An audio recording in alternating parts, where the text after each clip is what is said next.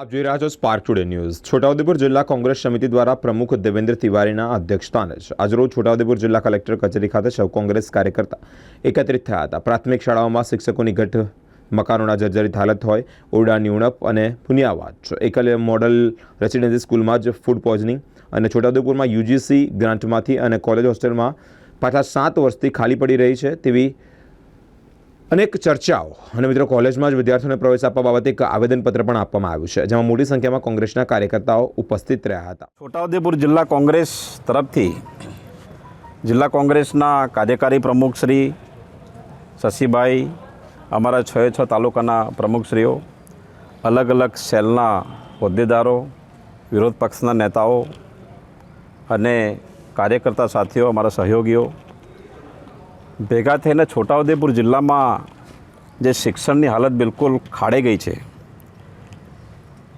એના વિશે કલેક્ટર સાહેબને આવેદનપત્ર આપ્યું। ખાસ કરીને EMRS પુણ્યવાટની શાળા જે બહાર આવ્યું આખું પ્રકરણ, કે જેમાં 125 કરતાં વધારે છોકરાઓ, કેટલાક શિક્ષકો 4 થી 5 દિવસ દવાખાનામાં ખરાબ ખોરાક ખાઈને ફૂડ પોઈઝનિંગ થવાના કારણે દાખલ થયા।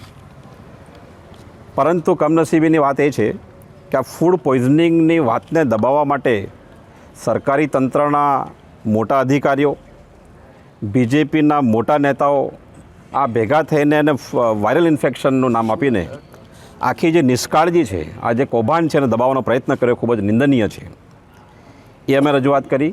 સાથે આ મોડેલ સ્કૂલમાં સરકારની જોગવાઈ મુજબ વિદ્યાર્થીઓને જે દર વર્ષે યુનિફોર્મ આપવાના હોય છે, શૂઝ આપવાના હોય છે, ઘણી બધી વ્યવસ્થા છે, 2 વર્ષથી આપવામાં આવ્યા નથી।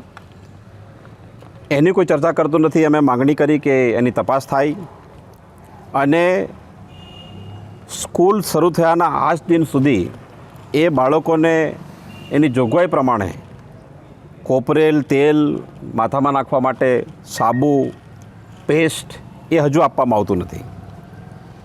તો આ બધી જે ગેરરીતિ છે એ કૌભાંડનો ભાગ છે અને આ જે ફૂડ પોઈઝનિંગ થયું છે એનો મુખ્ય જવાબદાર કોઈ હોય તો એનો કાચો માલ પૂરો પાડનારો કોન્ટ્રાક્ટર છે।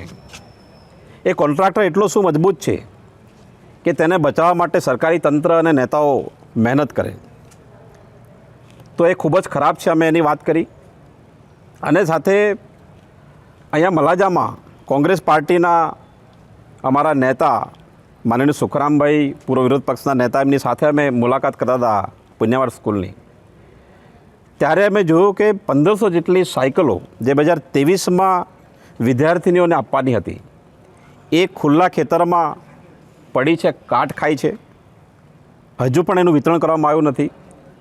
તો આ ગેરરીતિ છે કે કૌભાંડ છે એ ખૂબ મોટો પ્રશ્ન છે। કોઈએ એના સુધી અત્યાર સુધી વાત નથી કરી। શાસક પક્ષના ધારાસભ્ય, આ જ જિલ્લાના, આ છોટાઉદેપુરના સાંસદ છે, એણે પણ આના વિશે વાત નથી કરી। તો એ ખૂબ જ મોટી ગેરરીતિ છે।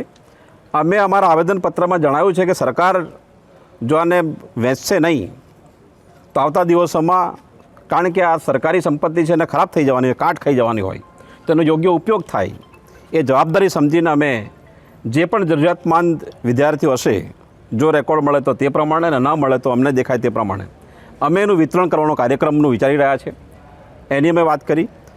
અને સાથે આ એકલવ્ય મોડેલ સ્કૂલોમાં શા માટે વાલી સમિતિ નથી, વાલીઓને કેમ ઇન્વોલ્વ કરવામાં નથી આવતા મેનેજમેન્ટમાં, એ અલગ રાખીને શું કૌભાંડ કરવા માટે કરે છે? અને શાકભાજીવાળો કોન્ટ્રાક્ટર ગાંધીનગરથી અહીંયા શાકભાજી મોકલાવે, કેટલું બધું વાહિયાત છે। છોટાઉદેપુર જિલ્લો છે, વડોદરા જિલ્લો છે, ખેડૂતો છે, અહીંયાથી નહીં અને તમે ગાંધીનગરથી મોકલાવો, મતલબ કૌભાંડ કેટલું સેન્ટ્રલાઇઝ છે એ છે।